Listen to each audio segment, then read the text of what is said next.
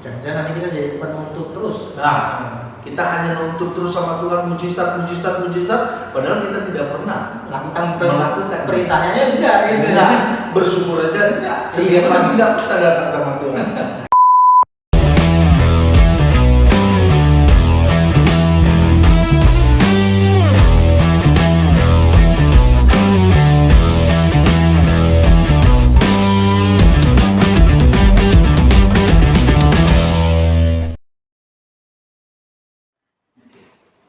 Ya, Shalom. Shalom. Berjumpa lagi kita di Kapur Tulis. Kali ini saya bersama dengan Pak Elianto. Kita akan membahas mengenai mujizat, tentang bagaimana, mengapa, dan apa. Segala hal tentang mujizat akan kita bahas hari ini bersama-sama dengan Pak Elianto. Yuk langsung aja kita bahas. Ketika ngomongin mujizat itu pasti tentang sesuatu yang di luar kemampuan kita. Semua orang juga perlu dan pengen mujizat. Saya juga memang pengen mujizat. Betul. Karena mujizat itu karena kita tahu kita nggak mampu kan gitu ya. Nah, tapi sebenarnya pengertian mujizat itu sendiri gimana sih menurut Pak El? Oke. Mungkin sebelum kita ini Pak Setia, saya membacakan satu ayat dulu dalam firman Tuhan bahwa dalam firman Tuhan berbicara tentang mujizat itu yang menjadi satu penekanan apa yang diajarkan oleh firman Tuhan. Di mana di dalam Markus pasal yang ke-16 ayat yang ke-17, 18, demikian firman Tuhan saya bacakan. Tanda-tanda ini akan menyertai orang-orang yang percaya. Mereka akan mengusir setan-setan demi namaku. Mereka akan berbicara dalam bahasa-bahasa yang baru bagi mereka. Mereka akan memegang ular dan sekalipun mereka minum racun maut, mereka tidak akan mendapatkan celaka. Mereka akan meletakkan tangannya atas orang sakit dan orang itu akan sembuh. Saya pribadi mempercayai bahwa mujizat itu masih ada dan selalu ada di dalam kehidupan orang percaya. Nah, kalau saya pribadi, mujizat itu sendiri adalah satu peristiwa atau kejadian yang luar biasa atau di luar kebiasaan yang dilakukan oleh Tuhan, yang kita kenal dengan supranatural yang Allah berikan di dalam kehidupan setiap orang percaya, maka itu akan menjadi nyata dan kehendaknya yang akan dinyatakan di dalam kehidupan orang percaya. Nah, ayat ini mendukung bahwa mujizat itu akan berlaku bagi setiap orang percaya. Karena Allah sendiri sudah katakan tanda-tanda ini akan menyertai orang percaya. Jadi setiap kita sebagai orang percaya tidak ditentukan dia itu pendeta atau siapa. Yang penting orang percaya kepada Yesus. Karena kunci mujizat itu terjadi. Yang pertama adalah iman, percaya kepada Tuhan dan berserah kita. Penyerahan kita itu akan membuktikan di mana iman kita, maka mujizat itu akan berlaku dalam kehidupan. Sejauh mana kita dapat berserah diri dan iman kita seperti apa, sejauh itu mujizat berlaku seperti itu. Ya, kita jangan lupa bahwa Tuhan itu memberikan kuasa kepada kita. Ya, di dalam Yohanes 1 ayat 12, Tuhan akan memberikan kuasa kepada kita yang percaya. Jadi Tuhan itu akan memberikan kuasa kepada kita sebagai anak-anak Allah. Nah, kuasa itulah yang akan membawa kehidupan kita untuk kita memiliki iman percaya yang kuat bahwa mujizat yang daripada Tuhan itu akan menjadi bukti nyata di dalam kehidupan kita. Tentunya bagaimana hubungan pribadi kita sama Tuhan, tentunya itu juga harus menjadi tolak ukur yang dekat. Jadi bukan sekedar kita hanya percaya mujizat, tapi kita tidak sepenuhnya percaya kepada kuasa Allah yang bekerja. Jangan sampai nanti firman Tuhan katakan kita menantikan mujizat, tapi sedangkan hati kita tidak percaya kepada sumber berkat itu sendiri, sumber mujizat itu sendiri. Jangan Tuhan sini mujizat, iya. Tapi dalam hati kita iya bakal ditolong. Betul sekali Pak.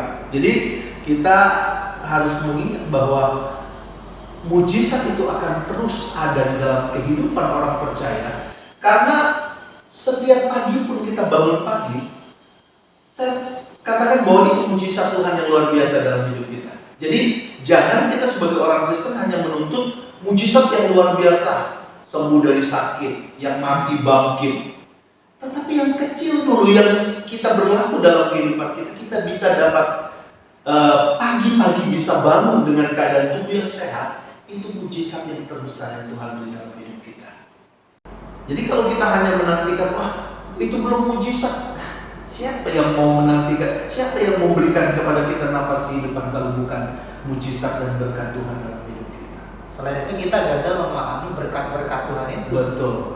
Jadi mujizatnya jadinya dianggap remeh dan sepele. Betul. Seolah-olah hanya dengan yang wah dan luar biasa baru ini dinamakan Tuhan dan dinamakan Benar. mujizat. Pak El, ketika Ya. ngomongin mujizat berarti ada bersyukur. Oke. Tapi yang jadi pertanyaan saya, bersyukur dulu baru ada mujizat atau mujizat dulu baru bersyukur atau gimana? Bersyukur dengan mujizat itu kalau di pandangan Pak El. Kalau menurut saya sebagai orang yang percaya kepada Tuhan, yang pertama itu harus bersyukur dulu. Apapun yang terjadi. Apapun yang terjadi. Makanya firman Tuhan katakan mengucap syukur dalam segala hal. Jadi apapun yang terjadi dalam kehidupan kita, kita harus bersyukur. Ada mujizat atau tidak ada mujizat, bersyukur dulu. Maka yang tidak kita pikirkan, Tuhan sanggup adakan. Itu yang dikatakan mujizat. Saya sampai pada pengertian begini. Berarti terlepas dari mujizat itu hari ini atau besok, tapi kebaikan Tuhan itu berlangsung seterusnya. Betul Pasti sekali. ada terus. Jadi mujizat bukan syarat untuk bersyukur ya. Memang bersyukur memang adalah hal yang dapat membawa kita. Kalau kita belajar bersyukur kepada Tuhan, mujizat Tuhan akan terjadi dalam kehidupan kita. Tapi sebaliknya, kalau kita hanya menantikan mujizat tidak pernah bersyukur, maka mujizat itu tidak akan pernah terjadi dalam kehidupan kita. Karena jangan-jangan kita ini tidak pantas atau tidak pandai menghargai pemberian Tuhan.